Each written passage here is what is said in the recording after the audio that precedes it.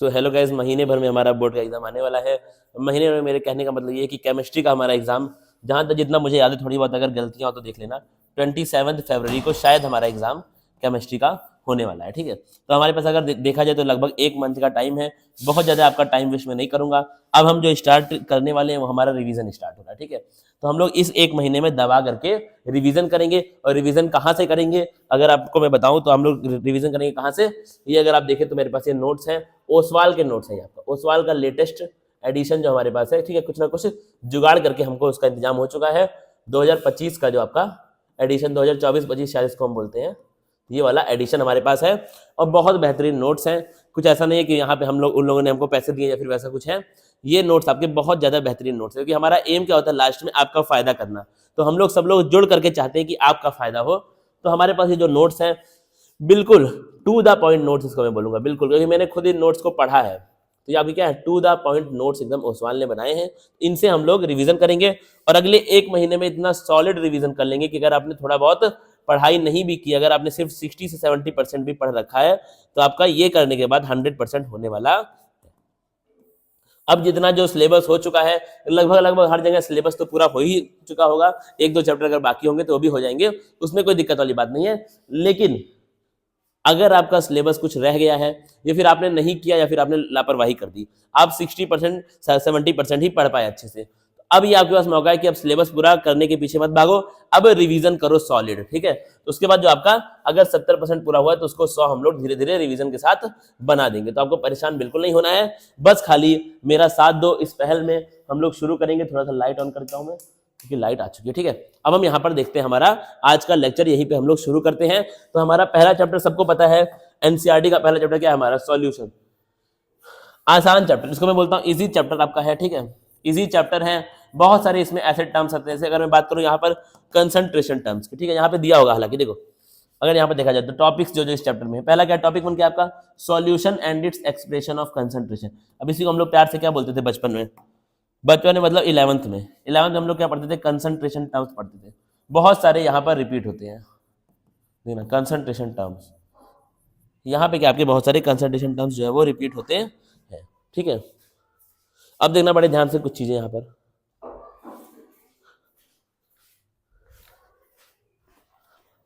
तो sorry guys, मुझे लगा कि डोर पे कोई है, तो इसलिए मुझे जाना पड़ गया। तो ये क्या आपका कंसंट्रेशन टर्म्स यहाँ पर रिपीट होते हैं। फिर उसके बाद क्या है तुम्हारा, अब यहीं पे आपका आता है हेनरीज लॉ भी आएगा इसी में। ठीक है, इसी में आपका हेनरीज लॉ भी आएगा। फेमस है, सवाल बहुत सारे आते हैं और बहुत ईजी है, बहुत ज्यादा ईजी है। 2-3 इसके एग्जाम्पल है एनसीईआरटी में, वहीं से आता है। अभी हम लोग बात करेंगे हालांकि जब टॉपिक आएगा सामने तो। ठीक है, उसका टॉपिक 2 एक बार देख लो। टॉपिक 2 में क्या आता है आपके, राउट्स लॉ आता है, फेमस है यार, ideal and non ideal solutions. अगला क्या टॉपिक 3, कॉलिगेटिव प्रॉपर्टी, सबसे इंपॉर्टेंट टॉपिक इस चैप्टर का। फिर क्या लिखा है तुम्हारा, determination of molecular mass, abnormal molecular mass and when half factor, बहुत ही ज्यादा इंपॉर्टेंट। ठीक है, अब हम स्टार्ट करते हैं हमारा चैप्टर। रिवीजन नोट्स यहाँ पर है। ये पहला टॉपिक आज हम लोग पूरा करने वाले हैं। पहले टॉपिक का नाम क्या है, solution and its expression of concentration. अगला क्या आपका, सॉल्युबिलिटी ऑफ गैसेस, जिसमें आपका फेमस क्या है, हेनरीज लॉ, यहाँ पे दिया हुआ हेनरीज लॉ। ठीक है, अब देखते हैं, हम स्टार्ट करते हैं। सॉल्यूशन का मतलब क्या, एकदम बेसिक से स्टार्ट करेंगे भाई। ठीक है, अगर आपने इस चैप्टर को एक बार हल्का फुल्का पढ़ रखा है तो आपको यहाँ पर सब कुछ समझ आने वाला है कि हम लोग एकदम बेसिक से स्टार्ट करेंगे। ऐसा नहीं है कि आपको बहुत हाई फाई आना चाहिए, फिर आपको 2-3 बार इस चैप्टर को पढ़े हो, दोहराए हो, ऐसा कुछ नहीं है। एक बार अगर एनसीईआरटी से इस चैप्टर को पढ़े हो तो तुमको ये सब कुछ समझ में आ जाएगा। देखना बड़े ध्यान से, Henry's law, solution, A homogeneous mixture of 2 or more pure substance is known as solution। मतलब क्या है, 2 या फिर उससे ज्यादा प्योर सब्सटेंस का एक होमोजीनियस मिक्सचर, याद रखना, इसको अंडरलाइन कर लो, होमोजीनियस मिक्सचर, उसको हम लोग क्या बोलते हैं, सॉल्यूशन बोलते हैं। अगर ना कौन कौन से पार्ट्स होते हैं सॉल्यूशन के, 2 कॉन्स्टिट्यूएंट्स ऑफ सॉल्यूशन आर, पहला क्या हमारा सॉल्यूट और दूसरा क्या है सॉल्वेंट। ये हमको पहले से पता है। सॉल्यूट क्या होता है, a substance that is dissolved in another substance in lesser amount. मतलब क्या है, एक सब्सटेंस, जैसे मान लो क्या हमारे पास, यहाँ हमने क्या ले लिया, थोड़ी थोड़ी हम लोग यहाँ पे समझेंगे। ठीक है, ये हमने क्या ले लिया, पानी ले लिया, बाहर से क्या लाए, चीनी लाए, पानी के अंदर डाल दिए। तब क्या होगा, इसके अंदर चीनी होगी ज्यादा या फिर पानी होगा ज्यादा, जाहिर सी बात है इसके अंदर क्या होगा, पानी आपका ज्यादा होगा। तो क्या है, एक ऐसा सॉरी, एक ऐसा सब्सटेंस जो दूसरे सब्सटेंस के अंदर डिसॉल्व होता है, वो भी कम अमाउंट में, उसको हम लोग क्या बोलते हैं, सॉल्यूट बोलते हैं। Forming a solution. इससे क्या बनेगा तुम्हारा सॉल्यूशन बन जाएगा। एग्जांपल आपका शुगर, सॉल्ट एक्सेट्रा। अगला देखना solvent, a substance in which another substance is dissolved in larger amount. मतलब क्या है, एक ऐसा सब्सटेंस जिसके अंदर दूसरा सब्सटेंस डिसॉल्व होता है और वो क्या होता है हमारा ज्यादा अमाउंट में प्रेजेंट होता है, तो इसको हम लोग क्या बोलते हैं सॉल्वेंट बोलते हैं। तो आपका क्या हो गया, फॉर एग्जाम्पल वाटर हो गया, मिल्क हो गया, सब क्या है आपके सॉल्वेंट्स है। अब देखना note, solvent determines the physical state of solution. अब तो मुझे बताओ, जो हमने एकदम बेसिक यहाँ पे एग्जांपल लिया, एकदम बेसिक, ठीक है, कुछ कठिन हम लोग जाएंगे नहीं, जितना आता है टू द पॉइंट बोर्ड के लेवल का हम लोग यहाँ पे पढ़ाई करने वाले हैं। देखो ये हमारा क्या था, कंटेनर था, इसके अंदर हमने क्या डाला था, इसके अंदर हमारे पास क्या था, पानी था, ठीक है।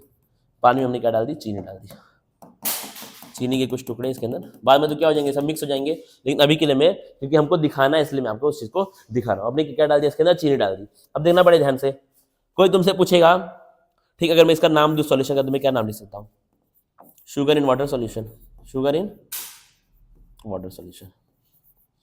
अब इससे पहले जो तुमने शुगर डाला है वो कौन से स्टेट में था, सॉलिड था। अब पानी कौन से स्टेट में था, लिक्विड था। अब तुम मुझे बताओ, अगर कोई तुमसे पूछेगा ये जो सॉल्यूशन अब बन चुका है, इस सॉल्यूशन का फिजिकल स्टेट क्या होगा, तो तुम क्या बोलोगे, लिक्विड स्टेट है। क्या बोलोगे तुम, लिक्विड स्टेट है। वही बात यहाँ पर लिखी हुई है कि सॉल्वेंट का, अब इसमें पानी क्या था, सॉल्वेंट था। एक और चीज यहाँ लिखी, पानी क्या सॉल्वेंट है और शुगर यहाँ पर कौन है, सॉल्यूट है। अब देखो बड़े ध्यान से, पानी सॉल्वेंट, शुगर सॉल्यूट। अब देखो, solvent determines the physical state of the solution. Solvent पानी है, पानी क्या था, लिक्विड था।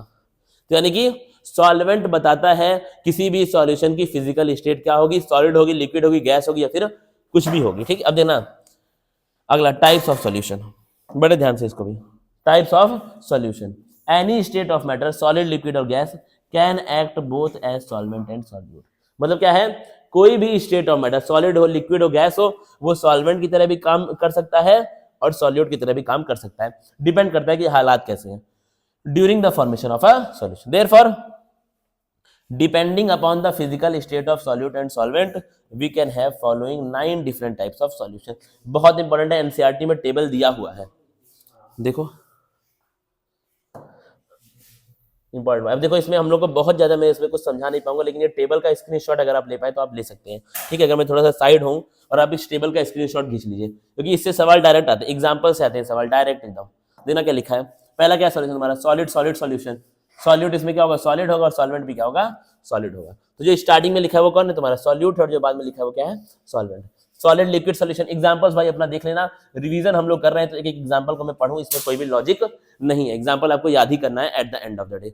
देखो फिर क्या लिखा है, solid gas solution, liquid solid solution, liquid liquid solution, liquid gas solution, gas solid solution, gas liquid solution और गैस गैस सॉल्यूशन। तो आपको ये सब चीजों को याद करना पड़ेगा डायरेक्ट, ठीक है। इसको मैं बार बार पढ़ूं, एग्जांपल पढ़ दूं, फिर सॉल्यूट ये है, सॉल्वेंट ये, सब कोई भी लॉजिक आपका नहीं बनता है। आपको चीजें वही करनी है जो आपके बोर्ड के एग्जाम में आती है। तो आप इसको एक बार के याद करेंगे, इसको बार बार लिखोगे एक जगह पर, स्क्रीनशॉट ले लो और एक टेबल में अपना लिख करके रूम में चिपका दो, तुमको इसको याद ही करना पड़ेगा। अगला देखना कीवर्ड्स, देखो कीवर्ड में क्या दिया हुआ है, एरोसोल क्या होता है, it is suspension of fine solid और लिक्विड पार्टिकल्स एयर। मतलब क्या है, कुछ सॉलिड, फाइन मतलब क्या, बहुत छोटे छोटे सॉलिड और लिक्विड पार्टिकल जब एयर में मिक्स होते हैं तो उसको हम लोग क्या बोलते हैं, एरोसोल बोलते हैं। इसका सबसे बेहतरीन एग्जांपल क्या है, तुम्हारा फॉग है, इंपॉर्टेंट है, एरोसोल बहुत फेवरेट वर्ड है एनसीईआरटी का। देना फिर क्या लिखा है, बेसिक एक्वस सॉल्यूशन, सबको पता है, दुनिया को पता है एक्वस सॉल्यूशन क्या होता है यार। देखो क्या होता है, a solution containing water as solvent is known as aqueous solution, for example sugar solution. अगला देखो, non aqueous solution, a solution containing solvent other than water, एक ऐसा सॉल्यूशन जहां पर पानी को छोड़ करके कोई और सॉल्वेंट के रूप में यूज हुआ है।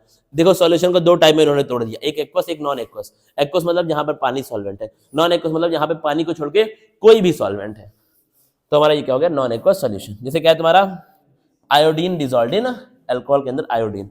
Saturated solution, a solution in which no more solute can be dissolve. अब देखो सैचुरेटेड अनसैचुरेटेड हम लोग बचपन में पढ़ चुके हैं ये सब चीजें। देखना क्या लिखा है, a solution in which no more solute can be dissolved at the same temperature. मतलब क्या है, एक ऐसा सॉल्यूशन जिसकी क्या है लिमिट, उसका थ्रेशोल्ड क्या हो चुका है, पूरा हो चुका है, इससे ज्यादा सॉल्यूट उसके अंदर डिसॉल्व अब नहीं हो पाएगा। कब, उस पार्टिकुलर टेम्परेचर पे। अगर टेम्परेचर में छेड़छाड़ करोगे तो भाई क्या है, मामला तुम्हारा डिफरेंट हो जाएगा। तो इस लाइन पे ध्यान देना, इस वर्ड के ऊपर, एट द सेम टेम्परेचर। देखो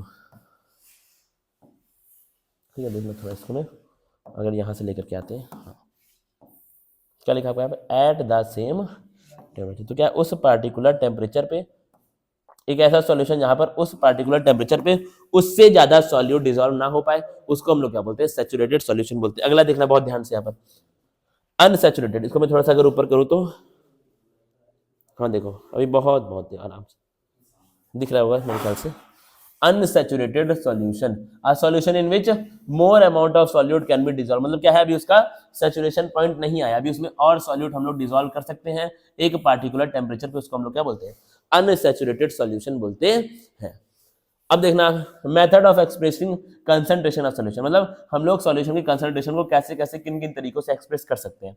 the concentration of solution is the, समझना बहुत है, तुमसे पूछेगा सीधा कि कंसंट्रेशन क्या होता है, ये सब छोड़ दिया, तुमसे डायरेक्ट सवाल पूछा उसने कि कंसंट्रेशन का मतलब क्या है, ये बता दो।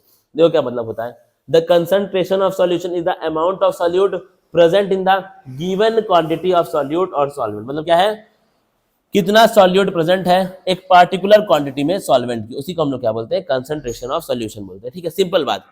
कंसंट्रेशन ऑफ सॉल्यूशन का क्या मतलब होता है, तुमसे एग्जाम में पूछा, द अमाउंट ऑफ सॉल्यूट, देखना मेरा बस इतना ही तुमको लिखना, एकदम basic, the amount of solute present in the particular और given quantity of solvent is known as concentration of solution. अगला देखना, इट कैन बी एक्सप्रेशन, अब क्या है आपका, बहुत सारे टाइप से हम लोग इसको एक्सप्रेस कर सकते हैं। पहला क्या है तुम्हारा, mass percentage, mass percentage, it is the amount of solute in grams dissolved per 100 gram of solution, मतलब क्या है, हर 100 ग्राम सॉल्यूशन में कितना सॉल्यूट प्रेजेंट है, ये क्या है तुम्हारा मास ऑफ सॉल्यूट, ये क्या है मास ऑफ सॉल्यूशन। यहाँ पर सॉल्वेंट नहीं है, सॉल्यूशन है, याद रखना, देखो सॉल्यूशन है, सॉल्वेंट नहीं है। क्या लिखा है, तुमसे अगर पूछेगा डेफिनेशन, और भाई डेफिनेशन बहुत बार आ चुकी है, ठीक है, प्रीवियस ईयर जाकर चेक करना, तुमसे सीधा पूछता है definition, define mole fraction, define molarity, define mass by mass percentage, यही है मास बाय मास परसेंटेज। देखो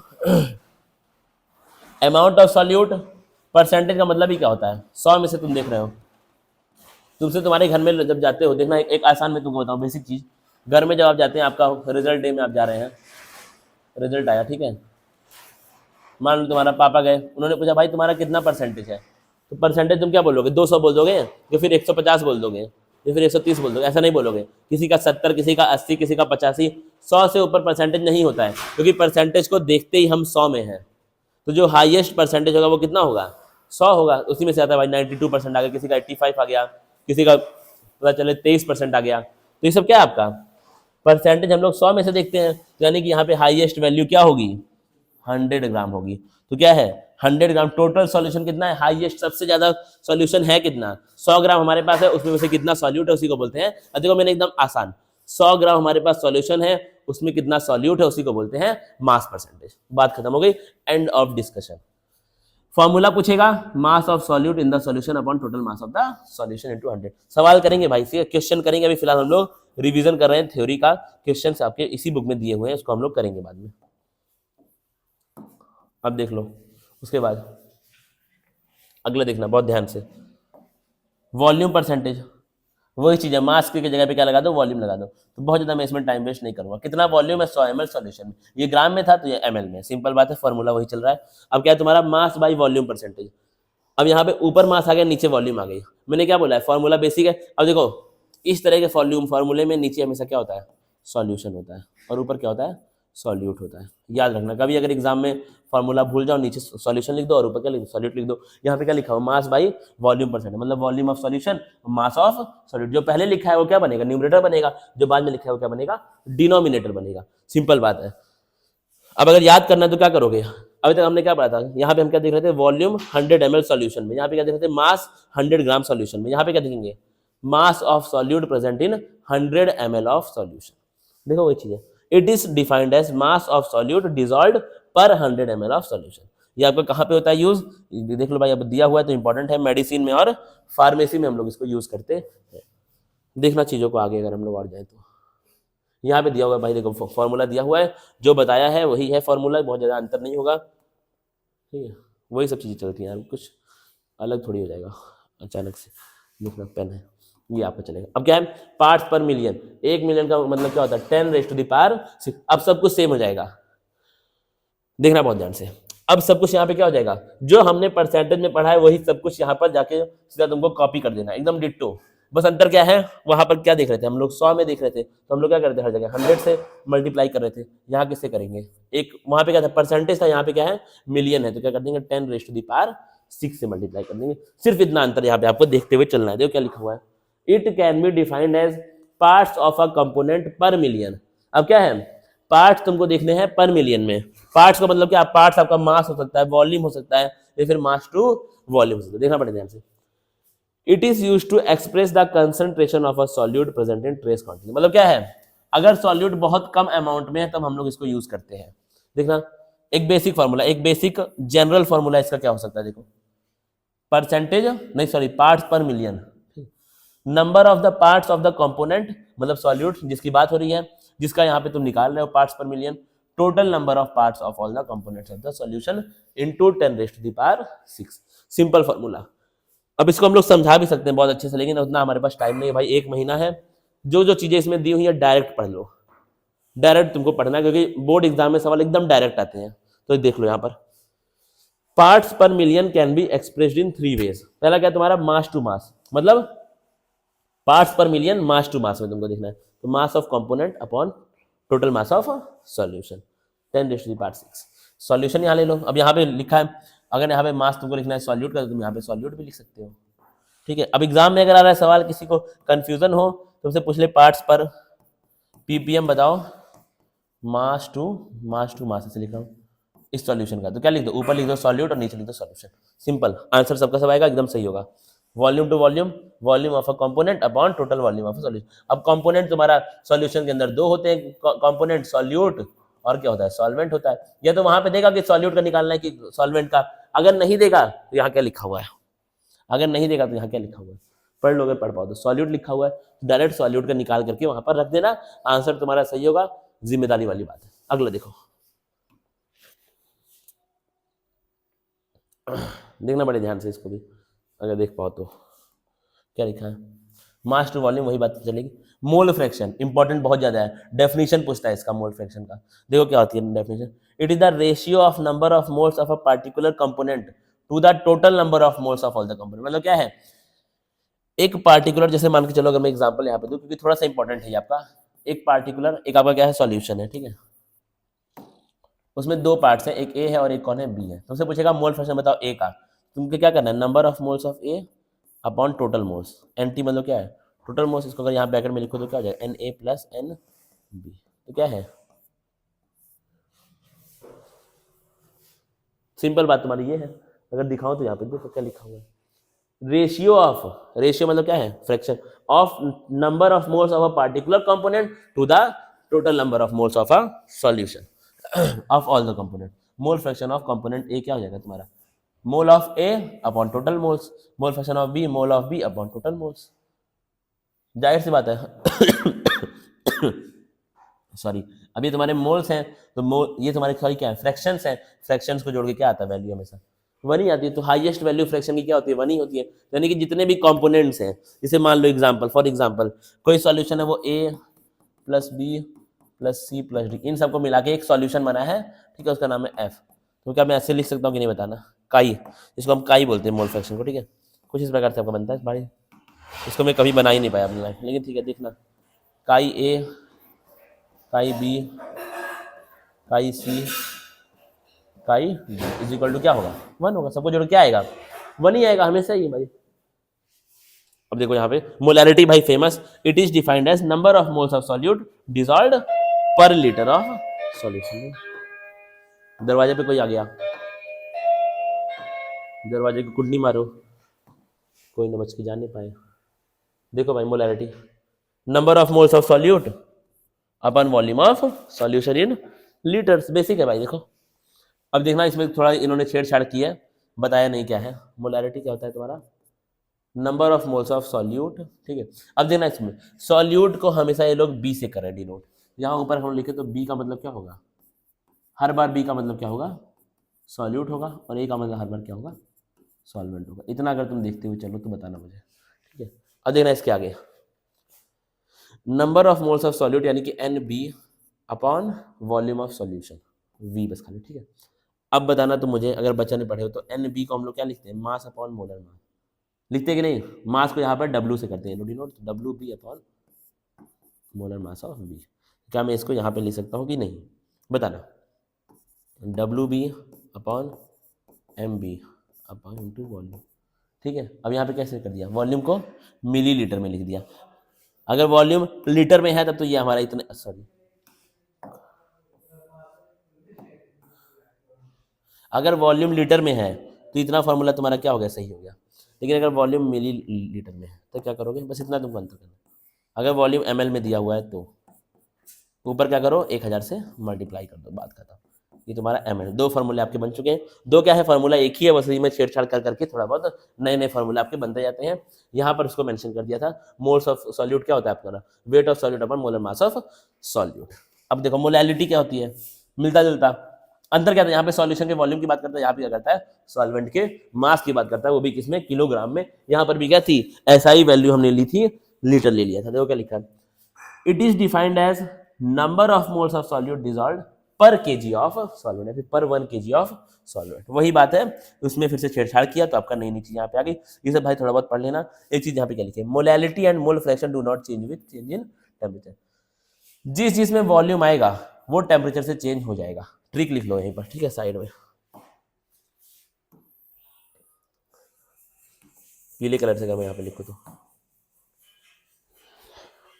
डज नॉट चेंज। देखो क्या लिखा है, अगर हिंदी में लिखे तो जिस जिस, ठीक है, इसको जे बनाना है, जिस जिस कंसंट्रेशन, जिस जिस कंसंट्रेशन टर्म में वॉल्यूम आएगा, जिस जिस कंसंट्रेशन टर्म में, मैसेज वाली भाषा में लिख रहा हूँ, ठीक है, हिंदी इंग्लिश में लिख रहा हूँ, इंग्लिश में, ठीक है, दिख भी रहा है बहुत बढ़िया से, देखना। जिस जिस कंसंट्रेशन टर्म में वॉल्यूम आएगा वो मतलब टेम्परेचर, वो टेम्परेचर से चेंज हो जाएगा, वो टेम्परेचर से चेंज हो जाएगा। जिस जिस कंसंट्रेशन टर्म में वॉल्यूम आएगा, VOL मतलब क्या, वॉल्यूम आएगा, वो टेम्परेचर से चेंज हो जाएगा। अब देखना यहाँ पे क्या लिख दिया इन लोगों ने, molality and mole fraction, molality और क्या, मोल फ्रैक्शन, ये लोग टेम्परेचर से चेंज नहीं होते हैं। अब उसको एक बार रिकॉल करो, मोलैलिटी में मास आता है हर जगह पर, और मोल फ्रैक्शन में क्या आते हैं, मोल्स आते हैं हर जगह पर। और मोल्स को भी अगर तोड़ोगे कुछ ना कुछ तो आपका मास ही आएगा, तो वॉल्यूम तो कहीं पर भी नहीं आ रहा है, बात ही खत्म हो गई। अब देखो नॉर्मेलिटी क्या होता है, नंबर ऑफ ग्राम इक्वलेंट्स, अब यहाँ पे कौन है आपके, ग्राम इक्वलेंट्स आ गए, of solute dissolved per litre of solution. Moles की जगह पे कौन आ गया, यहाँ पे ग्राम इक्वलेंट्स आ गए, जो कि हम लोग बचपन में कई बार पढ़ाई में पढ़ लेते हैं। देखो फिर क्या लिखा हुआ है, number of gram equivalents of solute upon volume of solution in litre. Molality ही है, बस यहाँ पे कौन आ गया है, ग्राम इक्वलेंट्स आ गए मोल की जगह पर। और देखो क्या लिखा, weight of solvent upon equivalent mass. अगर पढ़ा है बचपन में तो तुमको याद आ रही होंगी ये सब चीजें, इक्वलेंट वेट या फिर इक्वलेंट मास हम लोग उसको बोलते हैं, मोलर मास की जगह पे आपका यूज होता है। अगला देखना, इंपॉर्टेंट भाई, बहुत इंपॉर्टेंट, इसको ऐसे कर दो star mark, relationship between molality and molality, याद कर लेना डायरेक्ट। स्मॉल m क्या है, मोलैलिटी है, और कैपिटल M क्या है, मोलैलिटी, और ये क्या है तुम्हारा B, मतलब मैंने क्या बोला था स्टार्टिंग में, सॉल्यूट के बारे में बात करते हैं। यहाँ पे कौन आएगा, मोलर मास ऑफ सॉल्यूट आएगा, देखना बड़े ध्यान से, मोलर मास ऑफ सॉल्यूट आएगा। Relationship between mole fraction of solute and molality, direct याद करना है, बहुत आसानी से सवाल करने में ये तुम्हारी हेल्प करेगा। ये हालांकि बुक्स में वैसे नहीं दिया होता है, बहुत सारे टीचर इसको पढ़ाते भी नहीं है, लेकिन इंपॉर्टेंट बहुत ज्यादा है। इसलिए इंपॉर्टेंट है क्योंकि डायरेक्ट क्वेश्चन तुम्हारे जाते हैं, मोलैलिटी वहां पर दे देगा और बोलेगा मोल फ्रैक्शन बताओ, डायरेक्ट तुम्हारा आ जाएगा आंसर, बस यही वाली बातें वहां पे है, ठीक है। अब देखना सॉल्युबिलिटी का मतलब क्या होता है, बेसिक। अब हम लोग चैप्टर में अंदर घुस चुके हैं, क्योंकि ये सब बातें हैं जो आपने कहीं ना कहीं पे पढ़ी होती हैं, ठीक है। मोल फ्रैक्शन और ये सब चीजें कहीं ना कहीं मतलब पढ़ी ही होती है, हर एक बच्चे ने 11th में पढ़ लिया, किसी ने कहीं पढ़ लिया, कुछ ना कुछ आपने पढ़ा होता है। और देखना सॉल्युबिलिटी क्या होता है, ये हमारा अब चैप्टर की बात है, इसके ये सब कर लेना भाई। Solubility can be defined as maximum amount of solute that can be dissolved in 100 gram of solvent to form a saturated solution। solubility का मतलब क्या है, वो मैक्सिमम अमाउंट किसका, सॉल्यूट का, जो डिसॉल्व हो सकता है 100 ग्राम सॉल्वेंट में, जिससे क्या हो, हमारा सॉल्वेंट या फिर हमारा सॉल्यूशन पूरा का पूरा क्या बन जाए, सैचुरेटेड बन जाए। हमारा पूरा का पूरा सॉल्यूशन क्या बन जाए, सैचुरेटेड बन जाए। गर्मी थोड़ा ज़्यादा हो रही है यहाँ पे पढ़ाते पढ़ाते। मौसम हालांकि आपका बहुत ठंडा है इस समय, टेम्परेचर हमारे यहाँ मुझे लग रहा है कितना 12 to 13 डिग्री सेल्सियस इस समय टेम्परेचर चल रहा है, लेकिन गर्मी बहुत ज़्यादा हो रही है पढ़ाते पढ़ाते में। ठीक है, फिर भी देखना अब आगे क्या है इसके अंदर। तो क्या है, सॉल्युबिलिटी का मतलब क्या होता है, मैक्सिमम अमाउंट किसका, सॉल्यूट का, जो 100 ग्राम सॉल्वेंट में डिजोल्व हो जाए, जिससे हमारा पूरा सॉल्यूशन क्या बन जाए, सैचुरेटेड बन जाए। बात ही खत्म हो गई। इतना आसान चीजें हैं। अब देखो at a given temperature, temperature same रहना चाहिए। अगर टेम्परेचर चेंज करोगे तो उधर आपका कुछ ना कुछ सॉल्यूशन में चेंज ऐसा हो जाएगा कि तुम्हारी सॉल्युबिलिटी क्या हो जाएगी, बिगड़ जाएगी। तो वो चीज तुमको मेंटेन करना है। एट अ गिवन टेम्परेचर अगर तुम लिख करके नहीं आओगे, या फिर एट अ सेम टेम्परेचर अगर तुम लिख करके नहीं आओगे, तो वो नंबर तुम्हारा आधा वहीं पर काट लेगा, अगर डिफिनेशन आ गई तो। अब देखना क्या लिखा है, factors affecting solubility, nature of solute and solvent. दो चीजें सॉल्युबिलिटी को एक्सेप्ट करती हैं, मतलब अफेक्ट करती हैं, वो हम लोग पढ़ने वाले हैं। हालांकि यहाँ पर पहला क्या है हमारा, nature of solute and solvent, ये सबको पता है। Like dissolve, like polar solvents like water and ammonia can dissolve polar solutes. Polar solvent के अंदर पोलर सॉल्यूट्स ही डिजॉल्व होंगे। पोलर मतलब क्या, चार्ज।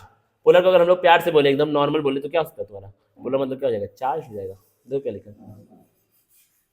है, ionic solute while non polar solvent can dissolve non polar organism. Simple बात। तो अगर polar होगा तो वो पोलर को करेगा डिजॉल्व, अगर नॉन पोलर होगा तो वो नॉन पोलर को डिजॉल्व करेगा। और पोलैरिटी का मतलब क्या होता है, हमारा आयन्स होते हैं, चार्ज होता है पोलैरिटी का मतलब। सिंपल बात ये है। फिर क्या लिखा, टेम्परेचर। अब देख लो भाई, solubility increases with increase in temperature. Temperature बढ़ेगा तो सॉल्युबिलिटी भी क्या हो जाएगी तुम्हारी, बढ़ जाएगी। इट इंक्रीजेज फॉर, अब देखना क्या लिखा है, एंडोथर्मिक रिएक्शन के लिए बढ़ती है, एक्सोथर्मिक रिएक्शन के लिए डिक्रीज हो जाती है। ये चीज याद रखना भाई, यहाँ पर जो लिखा हुआ एनसीईआरटी है। अगला देखो, pressure. The solubility of solid in liquid, the solubility of solid in liquid is not affected significantly by pressure because solids and liquids can not be compressed. Normal अगर हम लोग बात करें, ठीक है, नॉर्मल लेवल पे जो हम लोग बात करते हैं, जो हम लोग साइंस में बात करते हैं, प्रेशर से सॉलिड और लिक्विड कॉम्प्रेस नॉर्मली जनरली नहीं होते हैं। तो इसीलिए देखना भाई, ये तो कुछ ना कुछ बवाल इसके अंदर। अब देखो इसको कैसे मैं ठीक करूं। चलो ठीक है, ठीक है। तो क्या है, क्योंकि सॉलिड और लिक्विड कॉम्प्रेस नहीं होते हैं, इसलिए सॉलिड इन लिक्विड सॉल्यूशन की सॉल्युबिलिटी प्रेशर के द्वारा अफेक्ट नहीं होती है। सिंपल बात है। अब देखना, हेनरीज लॉ हमारा आ गया फेमस। आज का हमारा आखिरी टॉपिक है फिलहाल के लिए। देखना भाई, हेनरीज लॉ बड़ा आसानी से भाई, एनसीईआरटी का पूरा। ठीक है, क्या लिखा है देखो, the relationship between pressure and solubility is guided by Henry's law. तो क्या है, प्रेशर और सॉल्युबिलिटी में क्या संबंध है, इसको कौन बताता है, Henry's law. According to this law, the mass of a gas dissolved in a given volume of liquid at a constant temperature depends upon the pressure applied. तो क्या है, द मास, अब देना इसको आराम से पढ़ेंगे तोड़ के। The mass of a gas dissolved in given volume of liquid, मतलब क्या है, एक गैस का मास जो एक पार्टिकुलर लिक्विड की वॉल्यूम में डिसॉल्व है, एक कांस्टेंट टेम्परेचर पे, सेम टेम्परेचर पे, वो किसके ऊपर डिपेंड करता है, कितना प्रेशर आप लगा रहे हैं। द मास, फिर से एक बार पढ़ रहा हूं, गैस का मास जो डिसॉल्व है किसमें, एक पार्टिकुलर वॉल्यूम में लिक्विड के, एक पार्टिकुलर टेम्परेचर पे, वो डिपेंड करता है किस पे, मतलब क्या है, कितना मास गैस का एक लिक्विड में डिसॉल्व होगा पार्टिकुलर वॉल्यूम के, वो डिपेंड करेगा कितना प्रेशर वहां पर लग रहा है। फिर से बोलूं, आखिरी बार बोल रहा हूं, मास गैस का, कितना मास किसी गैस का एक पार्टिकुलर लिक्विड के वॉल्यूम पे, एक पार्टिकुलर वॉल्यूम पे लिक्विड के डिसॉल्व होगा, वो डिपेंड करता है किस चीज पे, कितना प्रेशर आप लगा रहे हैं। बात खत्म हो गई। It can also be stated as the partial pressure of gas in vapour phase is proportional to the mole fraction of gas. मतलब क्या है, पार्शियल प्रेशर गैस का वेपर फेज में वो किसके ऊपर प्रोपोर्शनल है, मोलर फ्रैक्शन पे, मोल फ्रैक्शन में गैस के प्रोपोर्शनल होता है। डायरेक्ट तुमको इक्वेशन मिलता है, P is equal to KH into chi. KH क्या है तुम्हारा, हेनरीज कांस्टेंट है, जिसकी वैल्यू सवालों में दी रहती है। ठीक है, अब देखना एप्लीकेशन हेनरीज लॉ का, सिंपल एप्लीकेशन है। टू इंक्रीज द सॉल्युबिलिटी, अब देखो pressure is directly proportional to mole fraction of gas. अब मोल फ्रैक्शन ही क्या है तुम्हारा, मोल फ्रैक्शन ही क्या है तुम्हारा, सॉल्युबिलिटी है।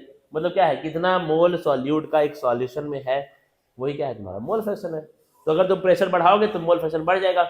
मोल फ्रैक्शन का मतलब क्या है, मतलब ज्यादा सॉल्यूट सॉल्युबल हो पा रहा है, या फिर ज्यादा सॉल्यूट डिसॉल्व हो पा रहा है एक पार्टिकुलर सॉल्यूशन में। सिंपल बात है। तो वो चीज यहाँ पर तुमको याद रखनी है, यानी कि प्रेशर इज, फिर partial pressure is directly proportional to chi. क्यों, प्रेशर बढ़ाओगे, प्रेशर क्या होता है, अगर प्रेशर बढ़ाओगे ज्यादा गैस सॉल्युबल हो पाएगी एक पार्टिकुलर सॉल्वेंट में या फिर एक पार्टिकुलर सॉल्यूशन में। देखो क्या है, to increase the solubility of CO2 in soda water and soft drinks. क्या सॉल्युबिलिटी बढ़ाने के लिए CO2 की हम लोग क्या करते हैं, वाटर को सील कर देते हैं बहुत हाई प्रेशर पे, जिससे क्या हो, ज्यादा CO2 सॉल्युबल हो पाए, क्योंकि प्रेशर बढ़ गया है। अब क्या लिखा है, देखो ये आपका हेनरीज लॉ का सिंपल ग्राफ आता है। देखो the slope of the line in Henry's constant के, सिंपल है, KH y is equal to mx। m क्या होता है, स्लोप होता है, यानी कि हेनरीज लॉ का ये जो ग्राफ बना है इसका स्लोप कौन होता है, हेनरीज कांस्टेंट होता है। ये जो ग्राफ बना है इसका स्लोप तुमसे एग्जाम में पूछेगा, इस ग्राफ का इस ग्राफ का स्लोप बताओ, हेनरीज कांस्टेंट, सिंपल बात है। अब देखो फिर क्या लिखा हुआ है, to avoid the toxic effect of high concentration of nitrogen in blood. तो क्या है, नाइट्रोजन का ब्लड में हाई कंसंट्रेशन हो जाता है, अब वो क्या है, हमारे टॉक्सिक है, तो इसको अवॉइड करने के लिए हम लोग क्या करते हैं, the tanks used by scuba divers are filled with air diluted with helium nitrogen and oxygen, जिससे क्या हो, सॉल्युबिलिटी आपकी कम हो जाए नाइट्रोजन की। देखो क्या लिखा है, एट हाई अल्टीट्यूड, अल्टीट्यूड का मतलब क्या होता है, हाइट होता है,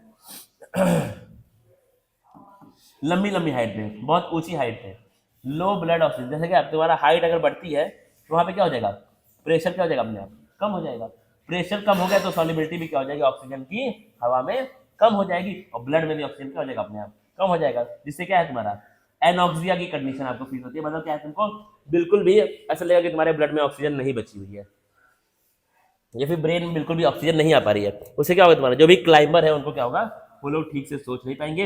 हालांकि यहाँ पर एनॉक्सिया नहीं, क्योंकि अब देखो दो टर्म इसके अंदर होते हैं, हालांकि इन्होंने दिया है एनॉक्सिया, लोगों ने लिख दिया है, लेकिन दो टर्म आपके होते हैं, और एक आपने पढ़ा होगा हाइपोक्सिया होता है। एनॉक्सिया का मतलब क्या होता है कि ऑक्सीजन की बिल्कुल भी सप्लाई बॉडी में हो ही नहीं रही है, क्या ऑक्सीजन की सप्लाई क्या हो चुकी है, बिल्कुल कट ऑफ हो चुकी है, उसको हम लोग क्या बोलते हैं, एनॉक्सिया बोलते हैं। हाइपोक्सिया का मतलब क्या है कि ऑक्सीजन अच्छे से सप्लाई नहीं हो रही है बॉडी में, ब्रेन के पास ऑक्सीजन अच्छे से नहीं पहुंच रही है, तो उसको हम लोग बोलते हैं हाइपोक्सिया। तो यहाँ पे हम लोग क्या लिख सकते हैं, ज्यादा सही क्या होगा, हाइपोक्सिया होगा, लेकिन इन्होंने एनॉक्सिया लिखा है तो हम लोग एनॉक्सिया भी मान करके यहाँ पर चल जाते हैं आगे, ठीक है। फिर क्या देखो, limitation of Henry's law, this law is application only when.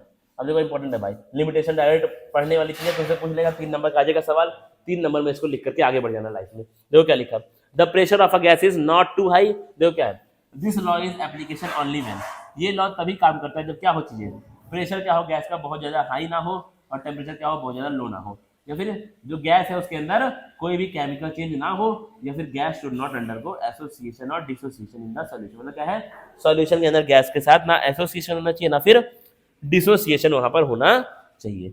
इसी के साथ क्या है, हमारा आज का टॉपिक 1 पूरा हो चुका है। लगभग कितने टॉपिक, रुक जाना, 3 टॉपिक में आपका ये चैप्टर खत्म हो जाएगा, और 3 टॉपिक मतलब 3 लेक्चर। अभी मैं एक बार अगर देखो यहाँ पे तो कितनी देर का लेक्चर यहाँ पर रिकॉर्ड हमारा हो चुका है। तो क्या किया हमने, 32 मिनट है, 32 भी नहीं, सोचने का हमने टाइम लिया था 25 मिनट में, अगर मैं बोलूँ तो 25 से 30 मिनट मान लो, 30 मिनट में हमने इस लेक्चर को पूरा कर दिया। यानी कि मोटा मोटा अगर हम लोग देखें तो 1.5 घंटे में ये चैप्टर हमारा पूरा का पूरा रिवाइज हो जाएगा। अब आपने अगर देखा होगा, अगर आप एक बार इस चैप्टर को पढ़े होंगे एनसीईआरटी से, तो आपको अपने आप फील हुआ होगा कि भाई रिवीजन बहुत बेहतरीन लेवल का आज हो गया है। बाकी अगर आपको ये सब बुक का पीडीएफ आपको चाहिए तो आप कमेंट में एक बार लिख देंगे कि भाई सर एक बार मेरे पास पीडीएफ भेज दीजिए, या फिर ग्रुप में डाल दीजिए पीडीएफ, टेलीग्राम पे, व्हाट्सएप पे, जहाँ पर भी ग्रुप है, तो आप वहाँ से ले लेंगे पीडीएफ को, ठीक है। और बाकी भाई इसको शेयर करो वीडियो को, क्योंकि शेयर करोगे तो 4 लोग और इसको देखेंगे, और जब व्यूज कुछ लाइक्स आएंगे, कमेंट्स आएंगे, तो हमको भी क्या मिलेगा, मोटिवेशन मिलेगा भाई आगे इसको कंटिन्यू करने का। अगर आप साथ में रहेंगे तो इसको हम कंटिन्यू करेंगे, और आज का लेक्चर देख के तुम जान गए होगे कि रिवीजन बहुत तगड़ा होने वाला है यहाँ पर, ठीक है। तो भाई थोड़ा सा इसको आगे बढ़ाएं वीडियो को, और बिल्कुल हार नहीं मानना यार, 1 महीना है, अपना सब कुछ दे दो। ये लाइफ का आखिरी एग्जाम नहीं है, लेकिन भाई 1 महीने में जितना हो पाए उतना कर लो। कुछ भी अगर नहीं पढ़ा है तो रिवीजन लेक्चर्स देख करके जाओ, रिवीजन नोट्स पढ़ करके जाओ, बात खत्म हो गई, नंबर ठीक ठाक आ जाएंगे। मिलते हैं फिर हम लोग अगले लेक्चर में, तब तक के लिए भाई चलते हैं फिर। Thank you guys.